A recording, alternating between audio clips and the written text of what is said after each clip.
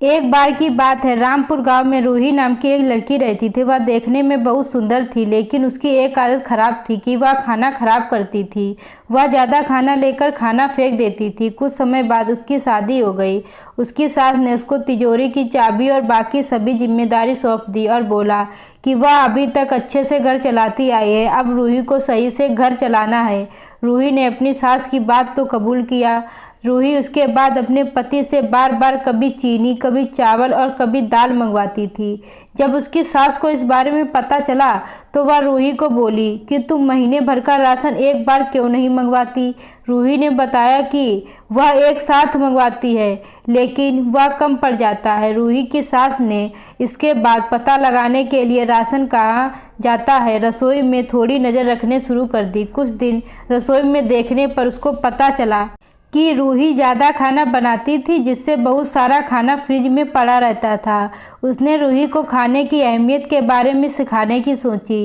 एक दिन उसने रूही को बुलाकर कहा कि हमारे पहले वाली नौकरानी के बच्चे की तबीयत ठीक नहीं है, मुझे वहां जाना है, क्या तुम भी चलोगी। रूही भी अपनी सास के साथ जाने के लिए तैयार हो गई।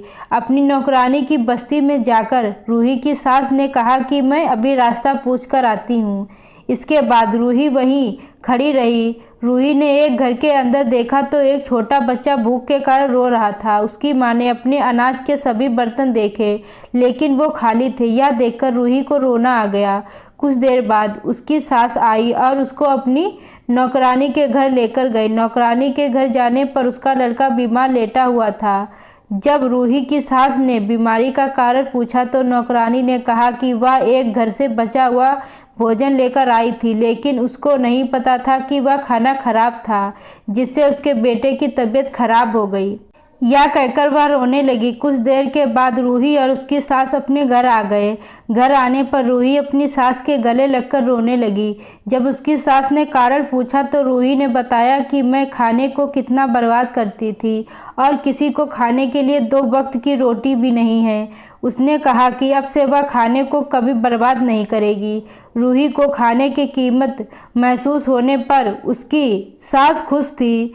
कहानी से सीख। इस कहानी से हमें यह शिक्षा मिलती है कि हमें अन्य को कभी भी बर्बाद नहीं करना चाहिए। दोस्तों, आप लोगों को यह कहानी अच्छी लगी हो तो वीडियो को लाइक करें, चैनल को सब्सक्राइब करना ना भूलें।